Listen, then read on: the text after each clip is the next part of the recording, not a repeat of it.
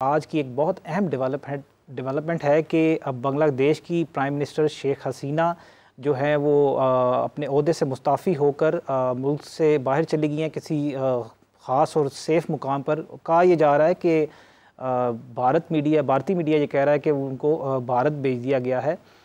और दूसरी बात ये कि आर्मी चीफ़ जो हैं वहाँ के बांग्लादेश की अफवाज ने इस वक्त टेक ओवर किया है और उन्होंने ख़िताब भी किया। उन्होंने ये भी कहा कि अवाम अब तहम्मुल का मुज़ाहरा करें और हम एक बुरी हुकूमत बनाने जा रहे हैं जो कि आने वाले निज़ाम को चलाएगी जब तक कि कोई हुकूमत नहीं आती। तो ये एक बहुत अहम और ख़ास डेवलपमेंट है क्योंकि बांग्लादेश कभी पाकिस्तान का हिस्सा भी रह चुका है और इस खित्ते में एक बहुत अहमियत का हामिल भी है। और इस सारे मामले में ये भी कहा जा रहा है कि आने वाले कुछ दिनों में पूरे खित्ते में इसके असरात नज़र आएंगे। और ये सारी चीज़ें एकदम से नहीं हुई, ये इस मुकाम तक पहुंचने के लिए बांग्लादेश में बहुत सारे एहतजाज हुए। ये बेसिकली एहतजाज जो है वो कुछ चंद माह पहले शुरू हुआ कोटा सिस्टम के हवाले से। और क्योंकि बांग्लादेश के हालात भी को पाकिस्तान से बहुत ज़्यादा मुख्तलिफ नहीं हैं, ख़ास तौर पे मईशत के हालात जो हैं और उनकी मईशत भी बहुत ज़्यादा नीचे जा रही है, इस वजह से अवाम में एक बहुत ज़्यादा तशवीर के अनासर पाया जाता था और अवाम में गम व गुस्सा था, जिसने एक कोटा सिस्टम के हवाले से एहतजाज शुरू हुआ और वो एक वज़ीर आज़म को यानी कि अपने ओहदे से मुस्ताफ़ी होने तक ले गया। तो पाकिस्तान की सूरत हाल भी कोई इससे मुख्तलिफ नहीं है। हम अपने इस चैनल के तवसत से अपने हुक्मरानों को कहना चाहेंगे कि इससे पहले कि अवाम का पारा जो है वो लबरेज़ हो, अच्छी रिफॉर्म्स करने चाहिए, मईशत को कंट्रोल करना चाहिए, गुर्बत और बेरोज़गारी का ख़ास तौर पर हल निकालना चाहिए, वरना बांग्लादेश कोई हमसे दूर नहीं। बिल्कुल सही फरमाया। अच्छा, एक आबिद साहब ये आपसे पूछना चाहूँगा, ज़ैन साहब, कहा जाता है कि आजकल एक तासुर मौजूद है कि FBR, क्योंकि हम टैक्स के बारे से बात कर रहे थे, कि लोग फ़ेक डॉक्यूमेंट्स जमा करवाते हैं। जैसे अभी हम ऑफ द रिकॉर्ड बात कर रहे थे, आपने बताया कि एक मेंटेनेंस के केस में, फैमिली केस के अंदर एक शख्स ने अपने जो है ना FBR की रिटर्न जो है उसमें लगा के कहा कि जी मैं तो इतने पैसे कमाता ही नहीं, और एक्चुअली वो बहुत पैसे उसके पास थे। इस हवाले से क्या आप बताना चाहेंगे? देखिए ज़ुबैर साहब, आजकल क्या हो रहा है कि 2-3 किस्म के जो केसेस हैं ना, उनकी तादाद बहुत ज़्यादा है। एक तो खुला के केसेस की तादाद बहुत ज़्यादा है। अब खुला के केसेस के बाद जो मल्टीपल केसेस लोगों को देखने पड़ते हैं, जहाँ पे बच्चे हों तो वहाँ पे देखा ये जाता है कि साथ ही गार्डियनशिप के इश्यूज स्टार्ट हो जाते हैं, चाइल्ड कस्टडी के केसेस आ जाते हैं, डॉरी के केसेस आ जाते हैं, मेंटेनेंस के बच्चों के केसेस आ जाते हैं। अब वहाँ पे अक्सर ये होता है कि लोग, क्योंकि वहाँ पे ज़रूरी, जब आपने कोर्ट में ये साबित करना है वेलफेयर ऑफ द माइनर, एक वालदा साबित करना चाहती है कि मैं इसके बच्चे के लिए बेहतर हूँ for taking care of that particular child, father ये साबित करना चाहता है मैं बेहतर हूँ, तो वहाँ पे क्या होता है कि दोनों पार्टीज आमतौर पे एक दूसरे के ऊपर मुख्तलिफ एलिगेशंस लगाती हैं। उसमें क्या होता है, आमतौर पे लोग ऑब्जेक्शनेबल तस्वीरें लगा देते हैं।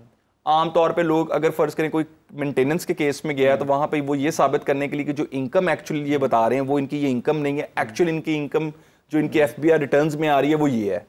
अब उसमें क्या होता है, बहुत सारे लोग ऑनलाइन चीज़ों को, जो कि ये पब्लिक जिनको वो जो स्पेशली हमारे इंस्टीट्यूशंस होते हैं, उनके कॉन्फिडेंशियल डॉक्यूमेंट्स को इलीगली एक्सेस करवा लेते हैं या किसी के थ्रू करवा लेते हैं या खुद कर लेते हैं। उसमें एक्चुअली होता ही है कि बहुत सारे लोगों का ये क्वेश्चन होता है कि क्या ये भी एक साइबर क्राइम की फॉर्म है कि अगर आप किसी का कोई इंफॉर्मेशन सिस्टम को अनऑथराइज एक्सेस करके कोई डॉक्यूमेंट हासिल कर लें। इसमें मैं ये बताना चाहूँगा, देखिए, अगर तो कोई शख्स आपकी नाजेबा तस्वीरें अदालत में प्रोड्यूस कर रहा है, वो तो उसका एक अलग ऑफेंस है, साइबर क्राइम में वो लॉ अवेलेबल है। ये चूंकि जो जुर्म है ये एक्चुअली फॉलो आउट करता है under the income tax ordinance 2001।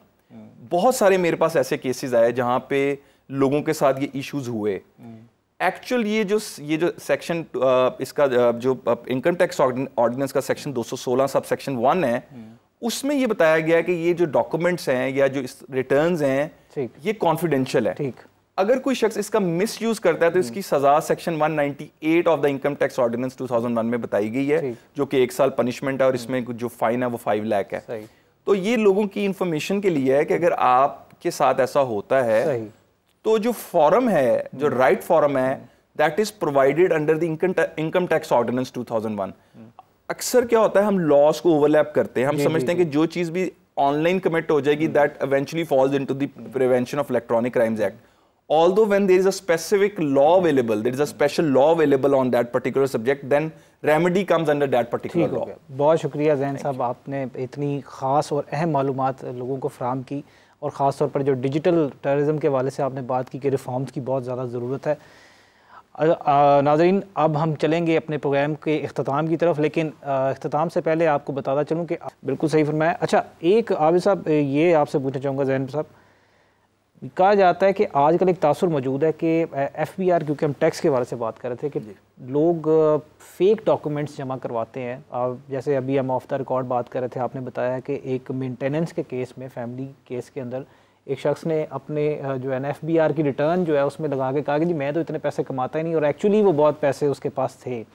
इस हवाले से क्या आप बताना चाहेंगे? देखिए ज़ुबैर साहब, आजकल क्या हो रहा है कि 2-3 किस्म के जो केसेस हैं ना, उनकी तादाद बहुत ज़्यादा है। एक तो खुला के केसेस की तादाद बहुत ज़्यादा है।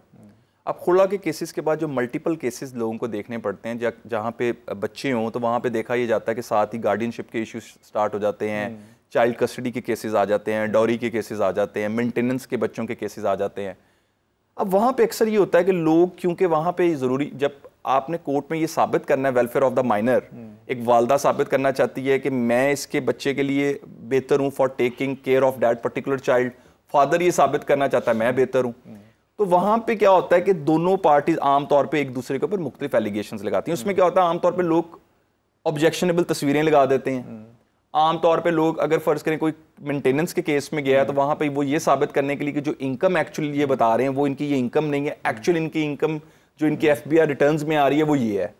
अब उसमें क्या होता है, बहुत सारे लोग ऑनलाइन चीज़ों को, जो कि ये पब्लिक जिनको वो जो स्पेशली हमारे इंस्टीट्यूशंस होते हैं, उनके कॉन्फिडेंशियल डॉक्यूमेंट्स को इलीगली एक्सेस करवा लेते हैं, या किसी के थ्रू करवा लेते हैं, या खुद कर लेते हैं।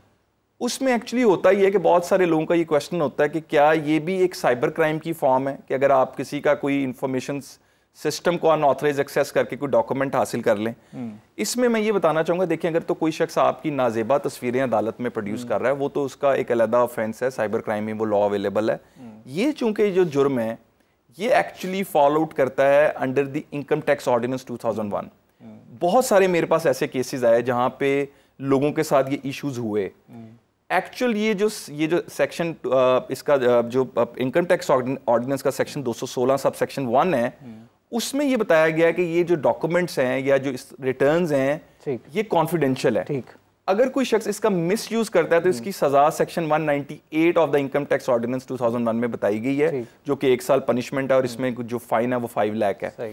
तो ये लोगों की इंफॉर्मेशन के लिए है कि अगर आपके साथ ऐसा होता है तो जो फॉर्म है, जो राइट फॉर्म है, that is provided under the income tax ordinance 2001।